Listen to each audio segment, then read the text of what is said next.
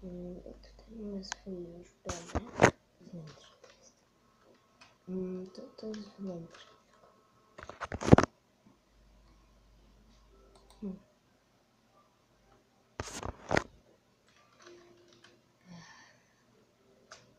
Chyba jeszcze w budowie. Nagrywam sobie bardzo filmiki, żeby tak jest. Jeśli będzie bardzo ładny domek, to już mamy taka drabinka, ale dobra.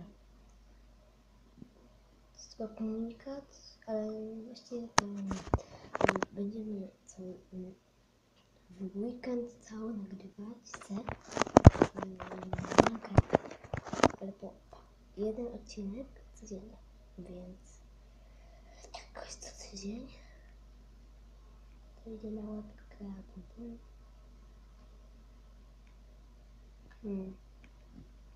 Mieliśmy sobie poszukali przyłóg. Ja za tak nie wiem, przygoda mnie przypadam, ale dobra.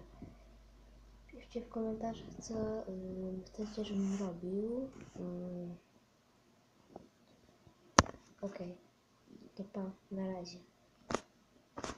Jeszcze wam pokażę tutaj. Tutaj się trwa budowie. Dobra, to pa, widzowie. Jak ktoś mnie ogląda,